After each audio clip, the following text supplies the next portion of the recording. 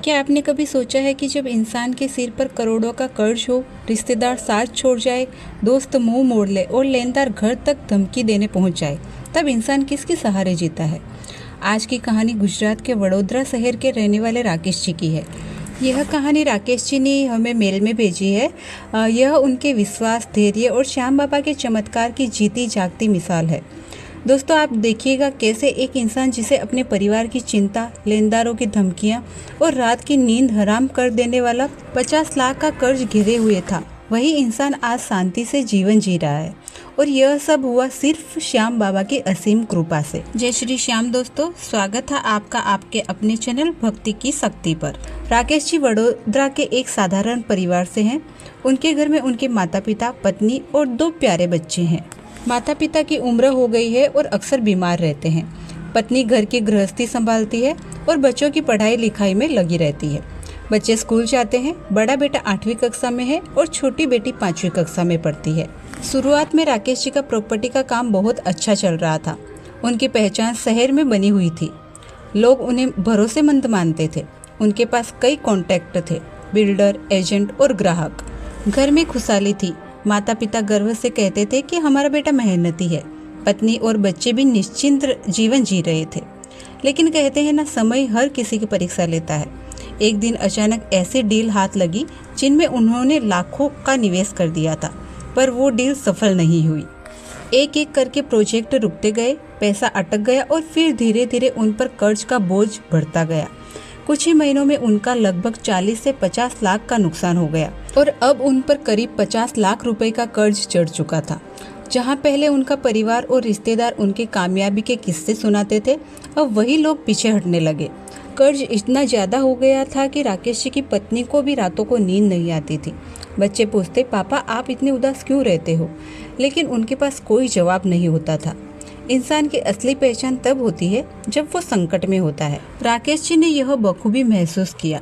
जिन दोस्तों के साथ उन्होंने सालों तक हंसते खेलते समय बिताया, वही दोस्त अब रास्ता बदल लेते थे।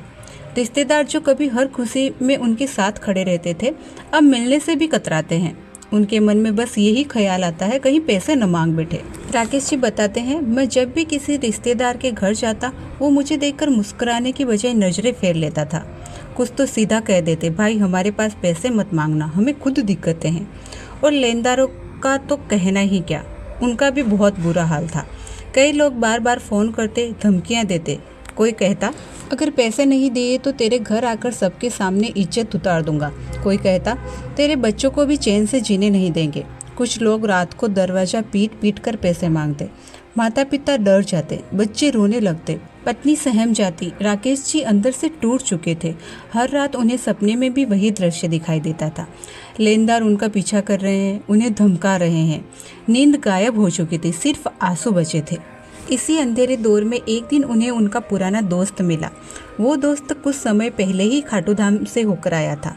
उसने कहा, भाई जब इंसान हर तरफ से हार जाए, जब रिश्ते भी साथ छोड़ दे, तो सिर्फ एक जगह है जहाँ से खाली हाथ कोई नहीं लौटता।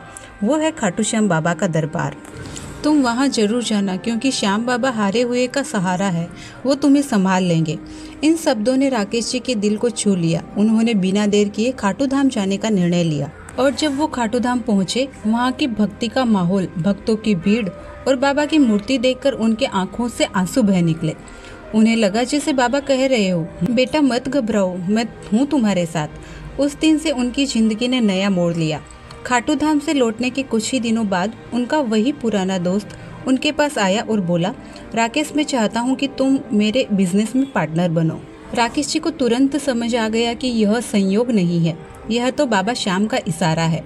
क्योंकि महीनों से उनका प्रॉपर्टी का काम पूरी तरह ठप पड़ा था और अचानक यह ऑफर मिलना किसी चमत्कार से कम नहीं था।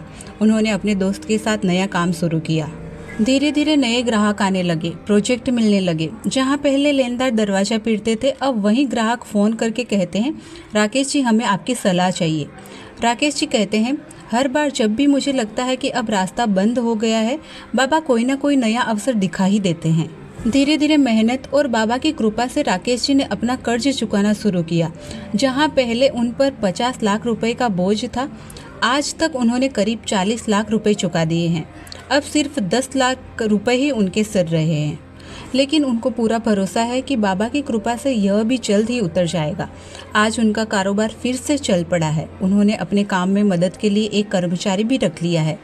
परिवार के चेहरे पर फिर से मुस्कान लौट आई है। आज राकेश जी कहते हैं, मेरे अपने छोड़ गए पर श्याम बाबा ने मेरा साथ कभी नहीं छोड़ा। आज जो भी मैं हूँ उनकी कृपा से ही हूँ। हर बार जब मैं खाटू धाम जाता हूँ बाबा मुझे एक नया रास्ता दिखा ही देते हैं।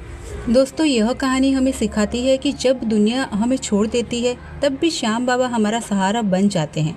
अगर आप भी किसी मुसीबत में हो तो एक बार पूरे विश्वास से पुकार कर देखिए, हारे का सहारा खाटू श्याम हमारा। दोस्तों, अगर आपको यह कहानी पसंद आई हो तो इसे लाइक करें और जिन दोस्तों के सिर लाखों का कर्ज है उन दोस्तों के साथ ये कहानी को जरूर से शेयर करें और आपके अपने चैनल भक्ति की शक्ति चैनल को सब्सक्राइब करना न भूलें। कमेंट बॉक्स में जय श्री श्याम का नारा जरूर से लगाएं और आप ये कहानी कहाँ से सुन रहे हो वो मुझे कमेंट में जरूर से बताएं। मिलते हैं अगले वीडियो में, तब तक के लिए जय श्री श्याम, हारे के सहारे की जय हो।